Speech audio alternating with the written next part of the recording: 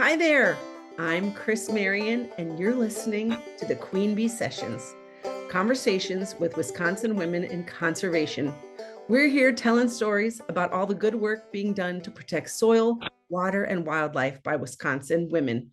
We hope these stories encourage you in your own efforts to nurture land and yourself. Today, it's my great pleasure to be talking to Patti Schevers of Our Thunder Moon in Oneida.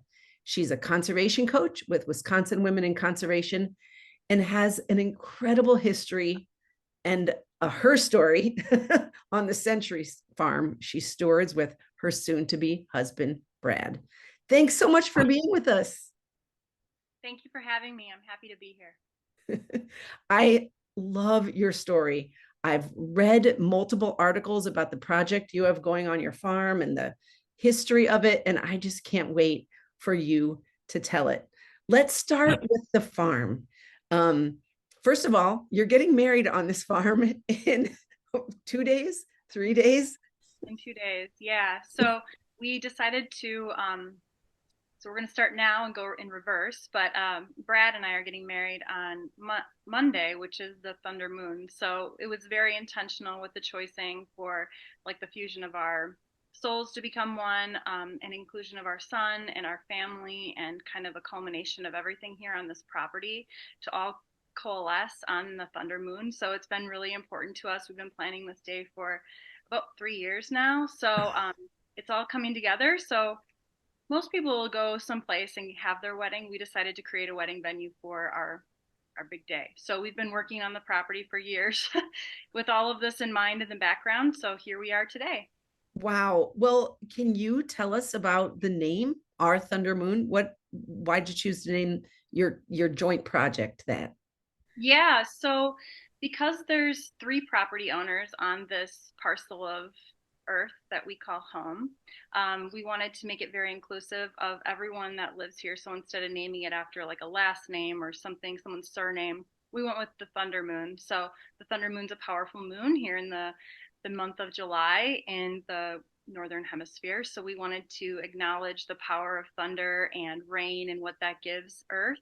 And just all the things that come with summer. So we all embrace it here in Wisconsin. We love it, we cherish it, and we just like how it makes us all feel, even though it's a really short time in our lives, for that season. But that's kind of the gist of it. We just really wanted the Thunder Moon to be the name of the home, the place that we call home, and the culmination of all these important people that have brought us to this point today. Well, I think we're all very appreciative of the thunder. And we're all looking forward to a thunder moon at this point in very dry, crispy Wisconsin. Well, let's start with the farm. Can you describe what it's like? Tell a little bit about the history and put us in the place.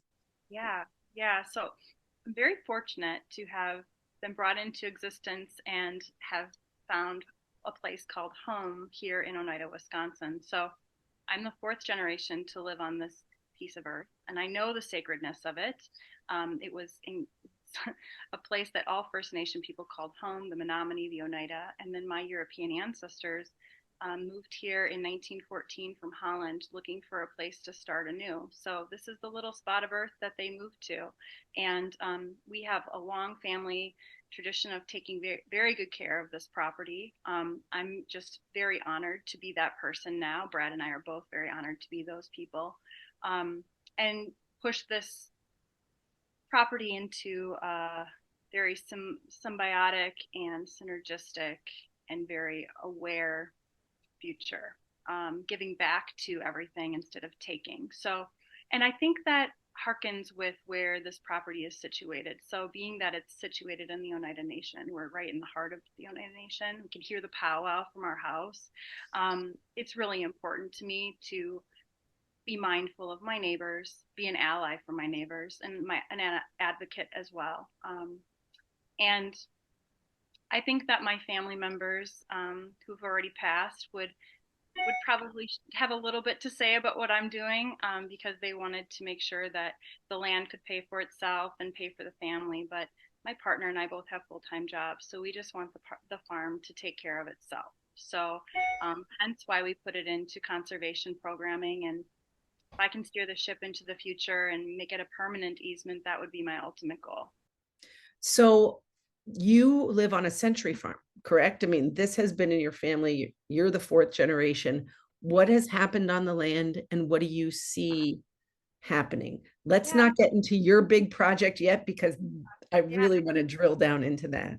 definitely. So when my family immigrated here from Holland, there was already a farm established here, so there had already been farming taking place, agricultural um, practices already taking place on this land.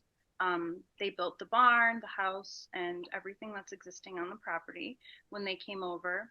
My grandfather was 4 years old, so he grew up here, but he was born in Holland.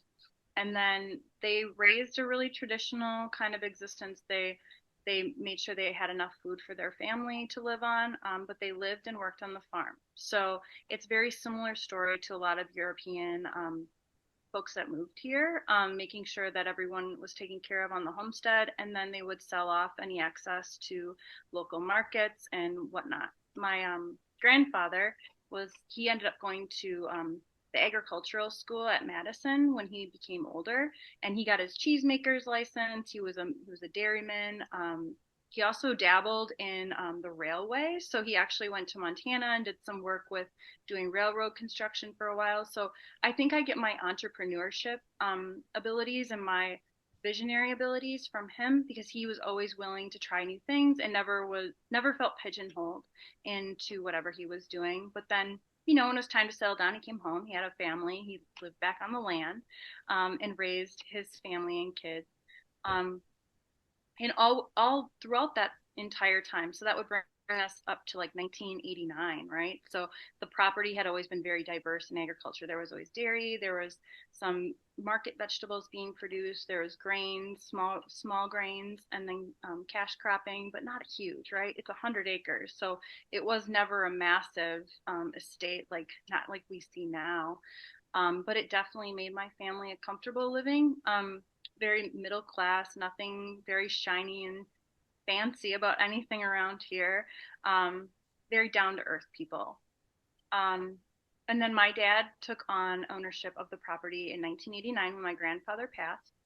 And my dad had wanted to be an engineer, so he never really wanted to be on the farm, but he always felt drawn to it to make sure that that legacy continued and my Mhm. grandfather's dream continued. So he dropped out of school. He was a student at UWGB and dropped out his senior year to come home and help my grandfather and take care of the farm and just keep that going. And it was all dairy at that stage, right? So dairy cows. He met my mom. They, you know, decided to build the house that I live in, the house that you're interviewing me in, the house that I own now. And then I was born, and I grew up on a dairy farm. So we had dairy cows. We had about 60 head, as I recall, because I named them all. I wanted to be a veterinarian when I was a child. So I had records, copious notebooks and records of all of our little dairy cows, all of our cats and our puppies. And then I eventually got a pony, and I had a little Shetland pony. But yeah, it was a pretty chill kind of lifestyle growing up here. And then my dad passed in well, hold on, we ended up with beef cattle. He sold the dairy, got the beef cattle, so we had probably close to 80 head of beef cattle. And then in 1997 he passed away, so he actually died on the property in a farming accident. So that is also part of the legacy of this place. It's, I think, why my aunt and uncle who live next door, one of the property owners, my mom and myself, were just so um, we're just even more drawn to this place because Mhm. my dad poured his heart and soul into it and eventually lost his life doing that. Um, and we love it. The place is really powerful. And my mom didn't know what to do. She was a nursing instructor after he passed, so she continued teaching nursing at the local tech school. I left. I went to school in Kentucky. Wanted to be a veterinarian. Didn't that didn't end up panning out. Too much education at the time in my life, so I ended up becoming a tradesperson. So I was in the hair industry for 15 years, teaching people how to cut hair all over the world. Loved it. Got to see everything.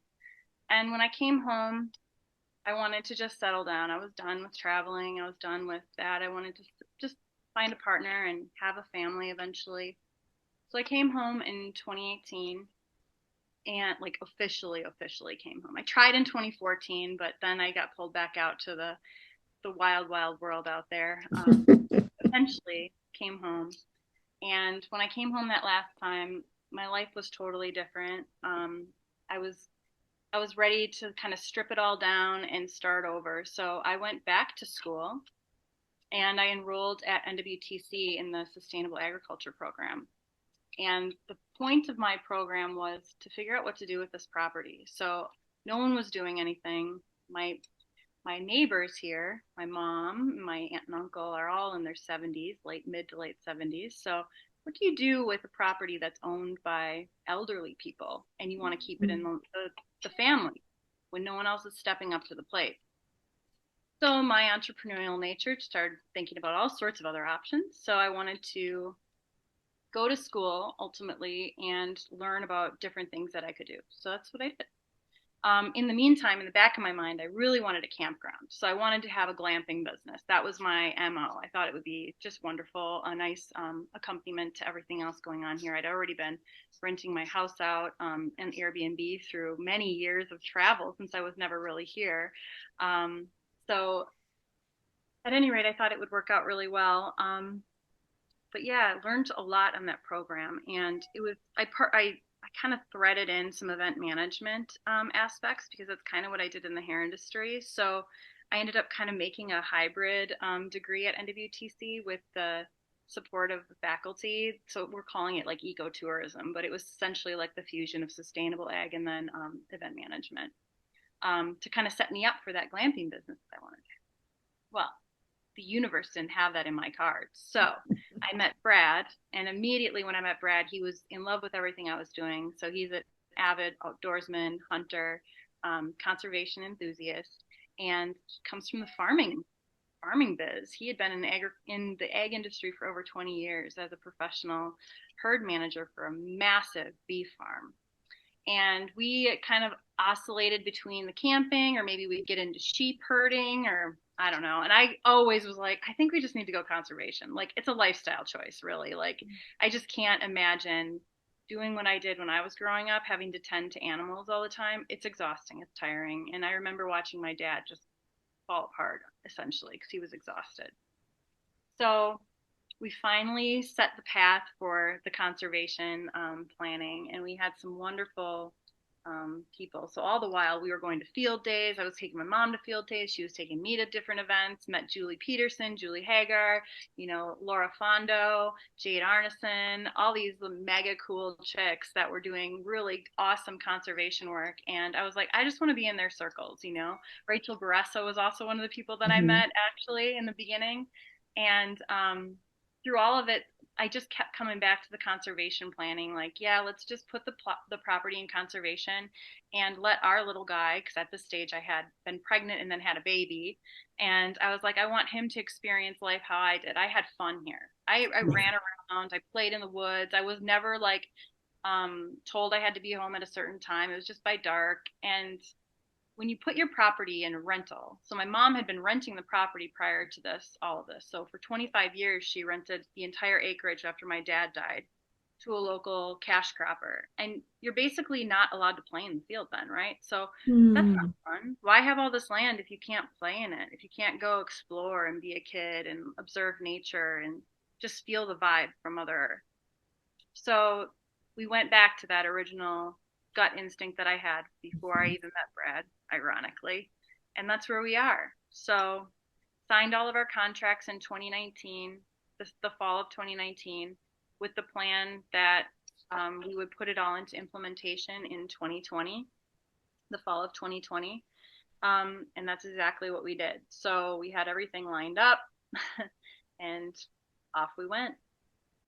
So you say this like we planned it and we implemented it, but the reality is you're talking how many thousands of trees? Yeah, so I wanted to stop there so we could start talking about the project. Okay, because it's like a tremendous project. On paper, it's one thing. And the financials, like my brain goes to finances because I'm an entrepreneur, right? I've had many businesses over my years. And so I figured out the money, how I could make it work, like, okay, this and this. And it had to be like a domino effect too. This is even crazier. So you can't really get funding for conservation work, right? You cannot get it from NRCS. You cannot get it from the FSA. You cannot go to like a credit union and ask for it because it's really hard to put anything tangible on it, right? So it's crops, but there's no guarantee, and it's not a cash crop, right? It's like literally for the betterment of the community, but not for anything that'll line anyone's pockets. So I had this great idea of maxing out all my credit cards. So I used all my credit cards that could give me points on anything, and that's what I put. I charged it all to the game, Wow. and it wasn't the best move. I can just see my uncle cringing right now if he ever watches this interview, and he'll be like, "That is the worst thing you've ever decided to do," but it was the best thing I ever decided to do. And you know, the domino effect that I'm talking about is that we implemented. There was numerous pieces of our property. So the whole perimeter is basically in trees. And then we had two large equip programs and then two big blocks of CSP and CRP. And all of it ultimately had to be planted at the exact same time. And we had to like push through it, like bulldoze through all of it at once in order for it to pay out timely and to pay these credit cards off in a realistic way. Wow. That was like the plan. It looks really good on paper. Theoretically, it makes sense. The implementation of this type of scale, 100, it's 90 acres, right? So it's 100 including the little parcel that my aunt and uncle live on and that I own next door that we live on. But the actual acreage is 90 acres.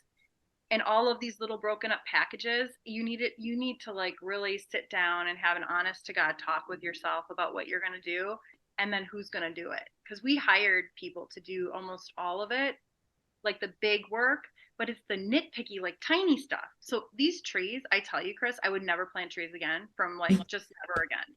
Trees were the worst idea I've ever thought. And they were the last piece of the puzzle that we were like ever thought there would be an issue with.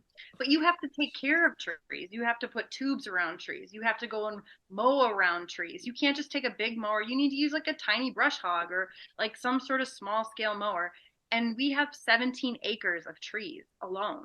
So Oh my that's gosh. it's just dumb. There's like no reason.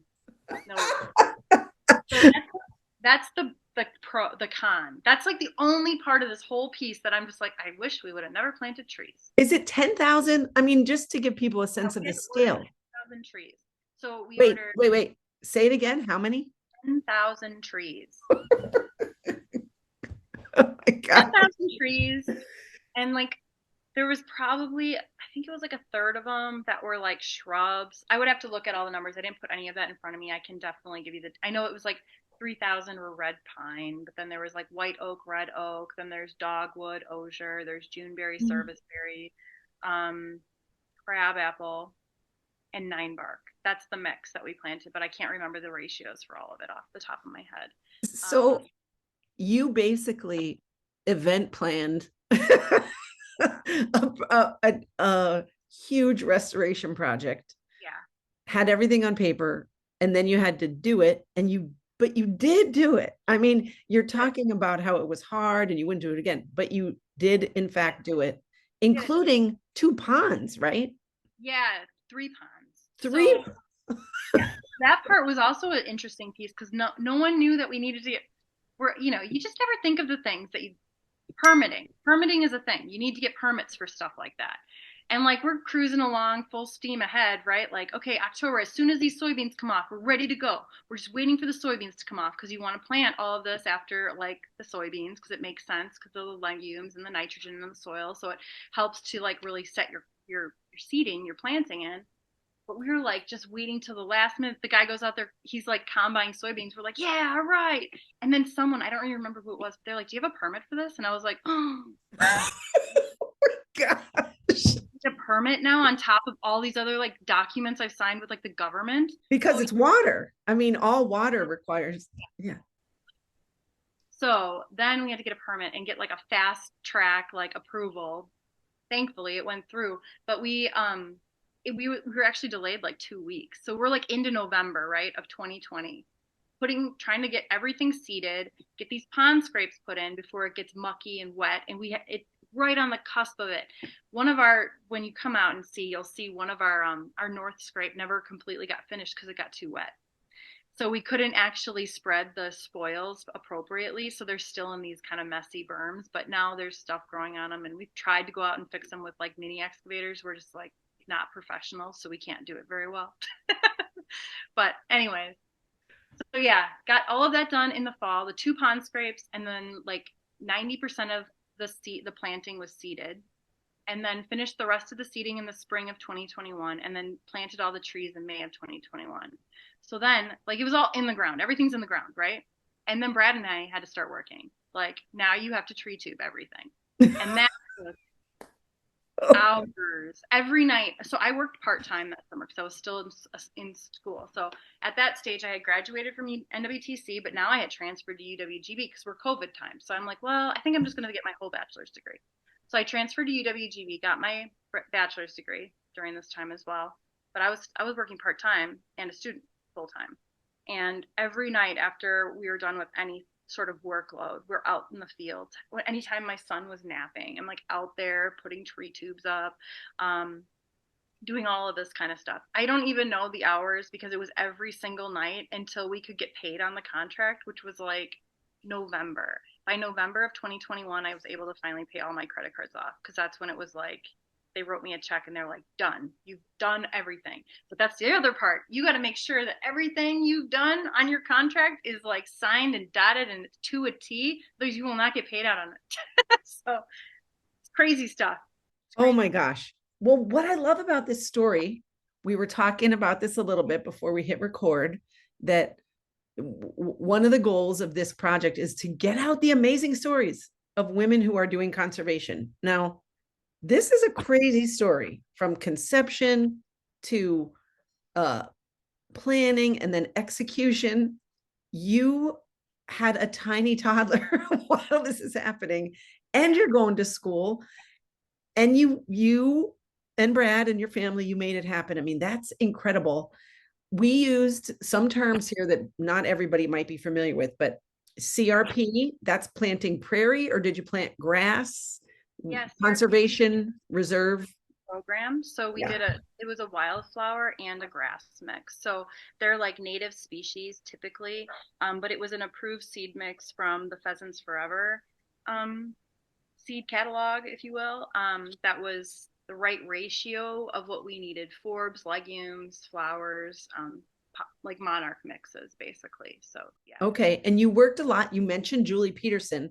It seems to me that Julie was one of the people helping you with technical assistance in her role with Pheasants Forever. Is that right? Did you have other Yeah, technical and we people? had an NRCS agent that worked out of the Brown County office at the time. Her name was Julie Hagar. She no longer works with NRCS. She actually works with the Savannah Institute now. Oh, mm-hmm. It was a huge, huge resource, and she helped me like realize what I wanted to do because I mean ultimately we weren't going to make this wasn't supposed to be like a business, right? So like some people go into farming because they want to have sheep or whatever, make meat, or like grow fat ewes and sell them and have meat for sale or whatever. But we didn't want to do any of that. We just wanted to have a really pretty backyard.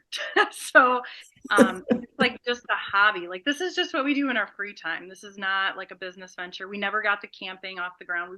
We've revisited it 3 times now, and then we're like, oh, it's just too much work. Our real jobs are just way too much work. We could just save money. We eventually want to live in Hawaii, so like let's start saving a little bit of money instead of like trying to have extra work in the summertime in Wisconsin, right? Well, I think the what people don't realize is that this is farming. I mean, providing environmental services to the earth is agriculture. Yep. And it makes a certain amount of money because there are payments, but of course, it's not like a ongoing making money. You will go though get some payments ongoing, right, for the CRP and the equip. The equip's all paid out now. Okay. The CSP pieces. This is I think I've got 2 years left on a little payment from that. And then the CRP is a 15-year contract. So that goes until 2035, and there'll be payouts on that until then. And yeah, that money we're just saving right now in case we need to make more like investment into this. So we're just kind of like holding it on to it right now. So because you never know when it'll be a rainy day. And we're also in talks of potentially buying the homestead from my aunt and uncle. So that might be a way that we can help to pay some of that, you know? So you, in addition to getting married next week, you are then the following week going to host a Wisconsin Women in Conservation field day at your place. All of what we talked about, people can come and see, and they can meet Julie Peterson because she's going to be there. Yeah, and Laura Fondo. And I think Jade Arneson's going to be here. It's a whole bunch of rock stars in the conservation world. So anybody who wants to learn about this, who wants to be a part of this world, who wants to build paradise, instead of paving paradise, you're building paradise. It's awesome. It's all in bloom right now. So we've got the little deer foxglove out there, and they're all white and pretty. And the black-eyed Susans and brown-eyed Susans are just about to pop right now. So yeah. Well, I cannot wait to come, and I cannot wait to see what happens in the future. I mean, you've got a lot of dreams, a lot of ideas, but mainly you've just got a lot of beauty for you and your family, and that's enough. That's an amazing story.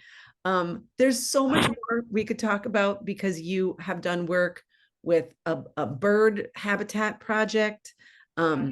You've done you I've implemented programming. Anywhere that I go, I end up dragging my conservation friends into. I'm like, hey, can we put a pollinator habitat in here? Yeah, that's awesome. Well, I mean, you know that it can be done. I think that's one great, amazing thing about your story is like, it can be done. You know, it might be hard, but you have done an amazing thing on your legacy farm. I promised you that we would be off so that you can go and finish.